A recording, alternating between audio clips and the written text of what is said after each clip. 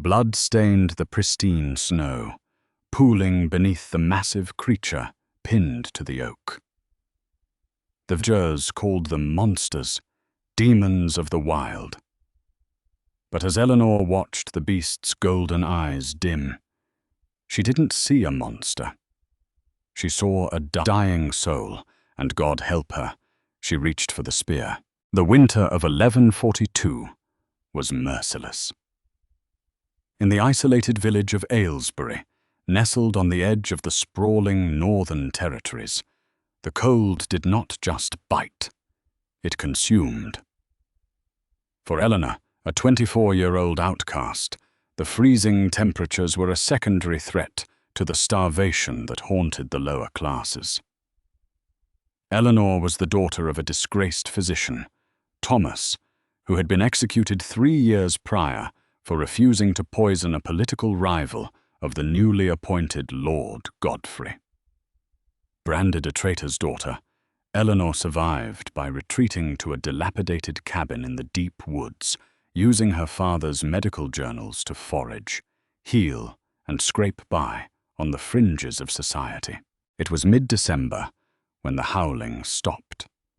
For weeks, the villagers had whispered of a monstrous wolf terrorizing Lord Godfrey's hunting parties.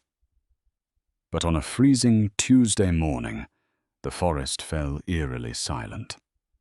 Eleanor had ventured deep into the tree line, searching for willow bark to grind into fever remedies. The snow was knee-deep, her breath pluming in the freezing air like chimney smoke. That was when she smelled it. It wasn't the scent of an animal, but the heavy metallic tang of fresh copper. Blood. A horrifying amount of it. Eleanor followed the crimson trail, which painted the white snow in violent, jagged splashes. The tracks led into a dense thicket of thorns and ancient oak trees. When she broke through the clearing, she dropped her basket. Pinned to the trunk of a massive fallen oak was a wolf. But the word wolf felt wholly inadequate. The beast was the size of a warhorse, its fur a rich, midnight black that seemed to absorb the weak winter sunlight. Its chest heaved in shallow, agonizing intervals. Protruding from its right shoulder, burying deep into the dead wood behind it, was a heavy iron spear. The shaft was ornate, engraved with the crest of Lord Godfrey's personal guard. The tip, protruding from the beast's back, gleamed with the unmistakable deadly dullness of pure silver. The creature's golden eyes snapped toward her as she stepped on a twig. A low, vibrating growl rattled in its chest, shaking the snow from the branches above. It bared fangs the size of daggers, snapping its jaws in a desperate bid to defend itself. "Easy," Eleanor whispered, raising her hands. In the grim reality of the medieval wilderness, a dying animal was the most dangerous kind. But she was a healer. She recognized the glassy sheen of shock in its eyes, the pale discoloration of its gums. The beast was bleeding to death, and the silver was poisoning its blood. Any sane woman would have run back to the village, reported the kill to Lord Godfrey, and claimed the bounty that would feed her for a decade. But Eleanor remembered what Godfrey had done to her father. She recognized the cruelty of his weapons. "I am not going to hurt you," she murmured, her voice steady despite the violent trembling of her hands. She stepped closer, her boots crunching in the blood-soaked snow. The wolf snapped again, its jaws catching the fabric of her wool cloak, tearing it. But it lacked the strength to pull. It collapsed against the tree, emitting a sound that broke Eleanor's heart, a quiet, pitiful whimper of absolute defeat. Eleanor didn't hesitate anymore. She knelt beside the massive creature, ignoring the stench of iron and wet fur. The spear was lodged deep in the scapula. Removing it would cause a catastrophic hemorrhage if she wasn't prepared. Drawing on her father's teachings, she worked frantically. She tore strips from her linen underskirt, pulling a handful of dried sphagnum moss and yarrow from her pouch, a natural coagulant and antiseptic used on the battlefields. "This is going to burn," she warned the beast. She gripped the wooden shaft of the spear. The wood was slick with freezing blood. She planted her boot against the oak tree for leverage. With a sharp inhale, she pulled. The wolf unleashed a roar that sounded almost human, a deafening cry of agony. The spear tore free with a sickening squelch of flesh and cartilage. Hot blood sprayed across Eleanor's face and chest, but she didn't flinch. She instantly thrust her hands into the gaping wound, packing the hollow cavity with the yarrow and moss, applying all her body weight to staunch the arterial spray. The wolf thrashed wildly, its massive head slamming into her shoulder, knocking her backward into the snow. For a terrifying second, the beast loomed over her, its jaws inches from her throat. But it didn't bite. Its golden eyes locked onto hers, intelligent, desperate, and remarkably lucid. Then its eyes rolled back, and the massive creature collapsed into the snow, unconscious. Eleanor lay there, panting, the cold seeping into her bones. She had stopped the bleeding, but the beast would freeze to death if left here. Using a makeshift sled crafted from pine branches and her heavy rope, it took her 4 grueling hours to drag the unconscious, 500-pound animal the half-mile back to her cabin. By the time she hauled it over the threshold and barred the heavy oak door, her muscles were tearing and her hands were frost-bitten. She stoked the hearth fire until it roared, packed the wolf's wound with a poultice of boiled wine and honey to fight the infection, and collapsed on her modest cot, exhausted beyond measure. A deafening crash jolted Eleanor awake. The cabin was submerged in the deep shadows of midnight, illuminated only by the dying embers in the hearth. Eleanor shot up, grasping the iron fire poker beside her bed. She looked toward the center of the room, expecting to see the giant beast tearing through her meager supplies. The wolf was gone.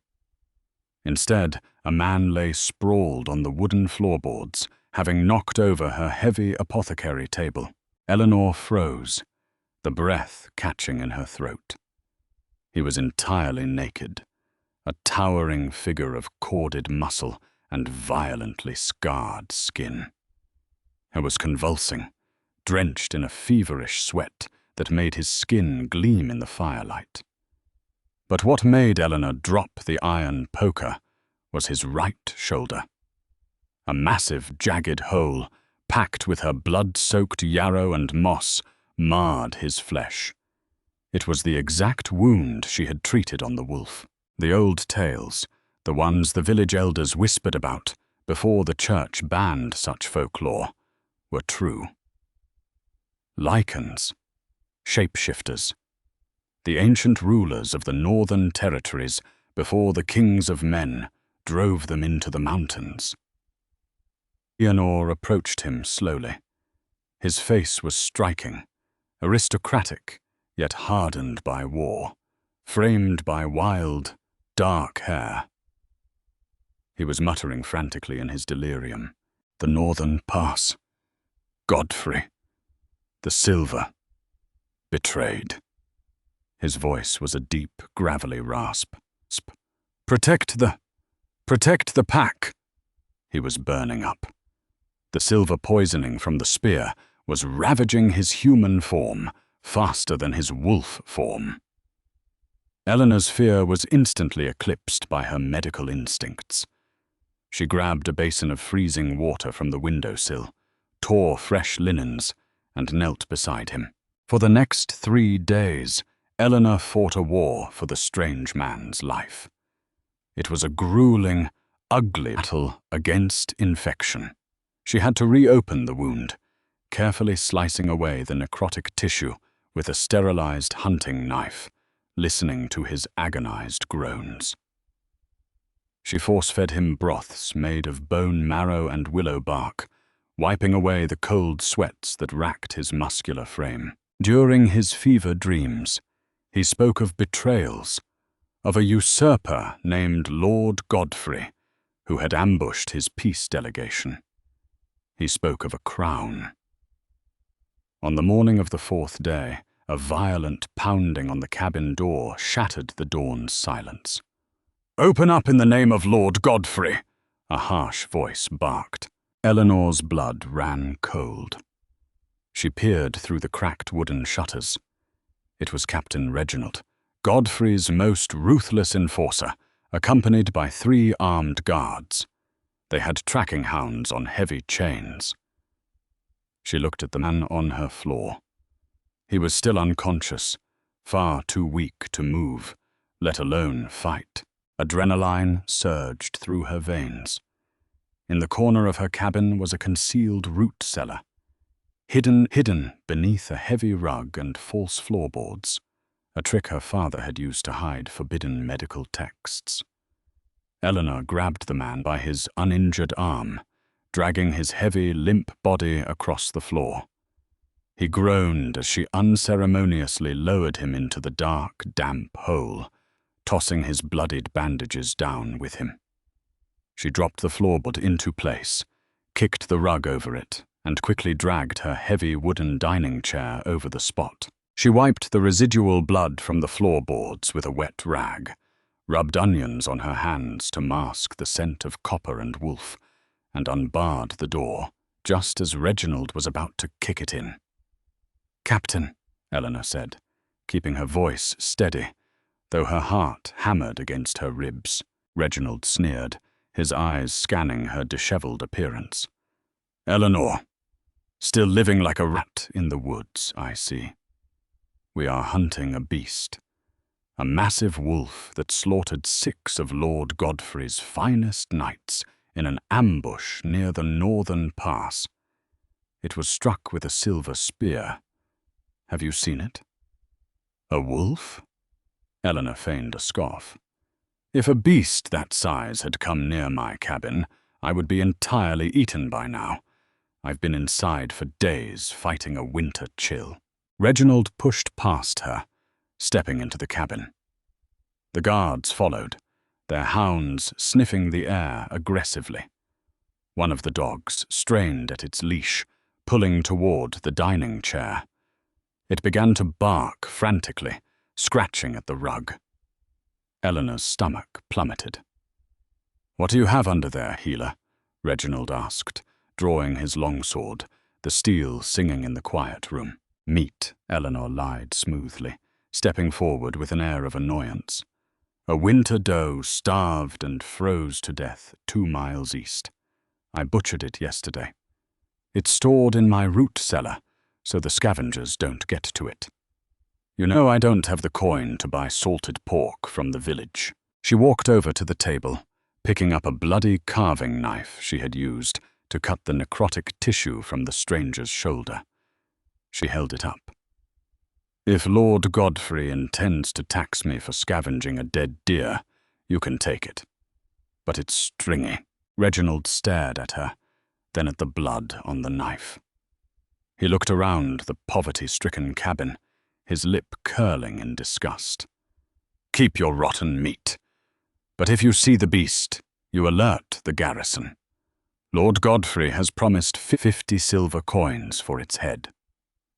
"I will keep my eyes open," Eleanor said, bowing her head submissively. When the door finally closed and the sound of horses faded into the distance, Eleanor's knees buckled. She collapsed into the chair, gasping for air. A sudden, heavy thud came from beneath the floorboards. Eleanor jumped up, shoving the chair aside and pulling back the rug. She threw open the wooden hatch. The man was awake.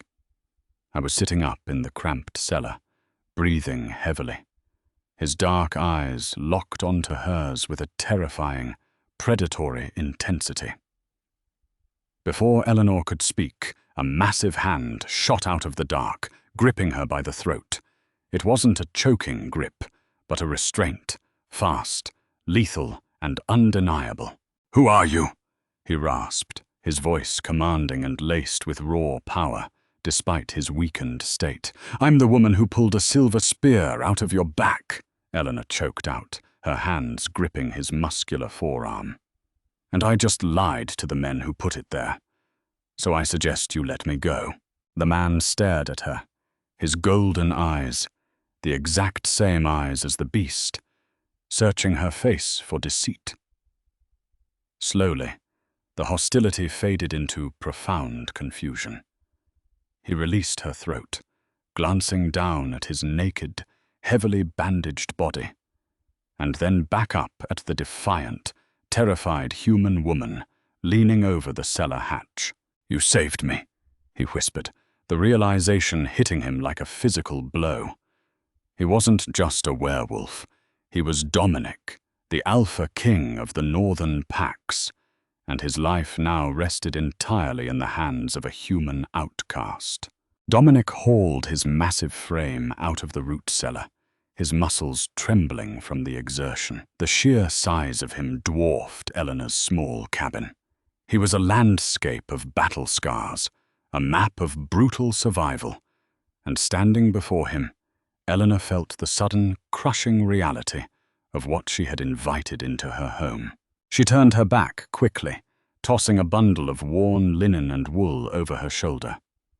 "Put those on. They belonged to my father. They will be short on the leg, but they will keep you from freezing." Silence stretched over the room, save for the rustle of fabric.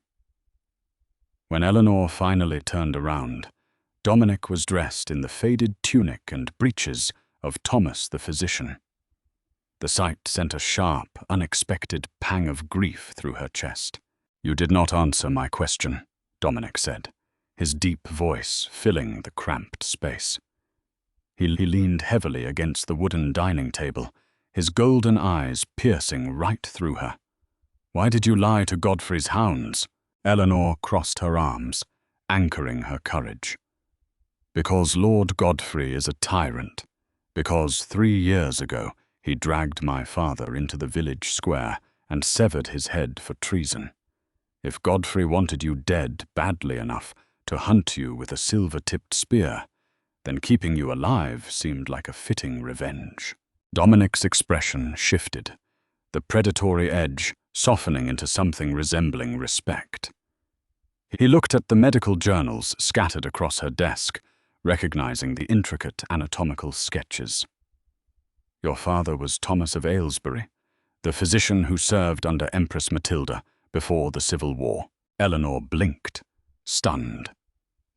The mention of the Empress, a real dangerous name in the brutal political landscape of 1142 England, was forbidden in these parts. King Stephen's loyalists, like Godfrey, ruled the north with an iron fist. "How do you know that name?" "Because your father didn't die for refusing to poison a human rival, Eleanor," Dominic said softly. He stepped closer, the sheer heat radiating from his feverish skin, warming the icy air between them. "He died because he refused to poison me." The room seemed to spin. Eleanor gripped the edge of the hearth. "What?" 5 years ago, before Godfrey seized the northern territories, there was a treaty between the men of the valleys and the lichens of the mountains," Dominic explained, his breathing growing shallow as he clutched his bandaged shoulder. "Godfrey invited my delegation to a feast under a banner of truce. He ordered your father to lace our wine with liquid wolfsbane. Thomas refused. He sent a warning to my pack instead, saving our lives." Dominic's golden eyes dropped to the floor, heavy with an ancient guilt. But he could not save his own.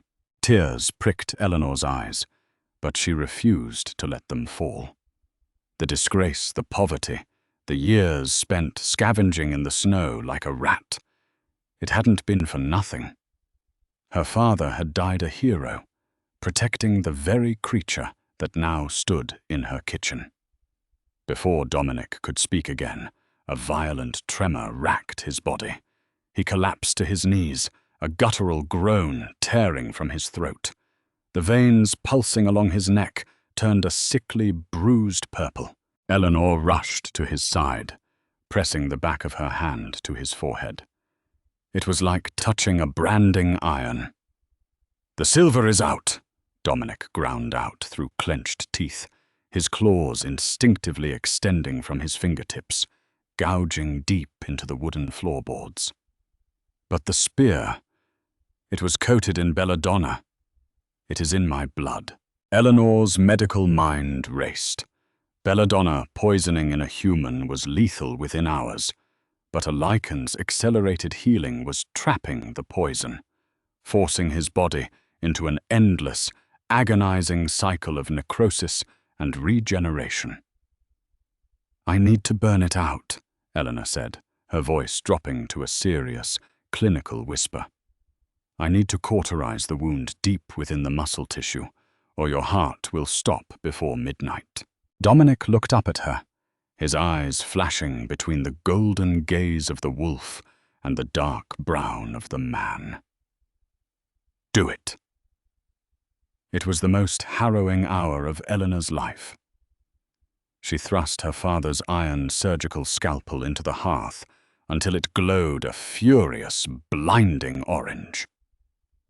She instructed Dominic to bite down on a thick leather belt. When she pressed the white-hot iron deep into the open wound on his shoulder, the smell of searing flesh filled the cabin. Dominic did not scream. He let out a low, vibrating growl that shook the dust from the rafters, his massive muscles locking up in absolute agony. Eleanor held the iron steady, tears streaming down her face from the smoke and the sheer trauma of inflicting such pain, until the purple veins on his neck finally began to recede to their normal color. When it was over, Dominic slumped against the wall, utterly spent. Eleanor collapsed beside him on the floor, her hands coated in his blood and sweat. For a long time, the only sound was the crackle of the fire and their ragged breathing. Slowly, Dominic turned his head. He reached out, his large, calloused fingers gently brushing a stray lock of hair from Eleanor's sweat-dampened forehead. The touch was impossibly tender for a creature capable of such violence. "You possess the spirit of a wolf, Eleanor of Aylesbury," he whispered, his thumb tracing the line of her jaw. In the intimate quiet of the cabin, the boundary between human and monster dissolved.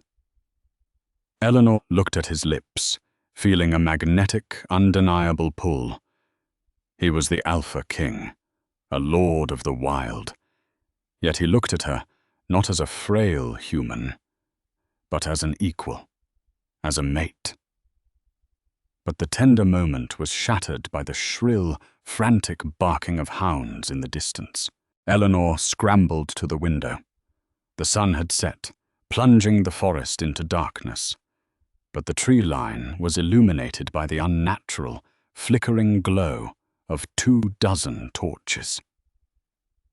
"Reginald," Eleanor whispered, dread curling in her stomach like a physical weight. "He didn't believe me. He left scouts in the woods. They must have smelled the burning flesh." Dominic forced himself to stand. He was swaying, the cauterization having drained whatever strength he had left. But the golden fire in his eyes had returned. He was no longer a dying animal. He was a king preparing for war. "Run, Eleanor," Dominic commanded, moving toward the door. "Take your father's journals and slip out through the root cellar. I will buy you time." "You can barely stand," Eleanor cried, grabbing his arm. There are 20 armed men out there. They have silver swords, Dominic. They will butcher you.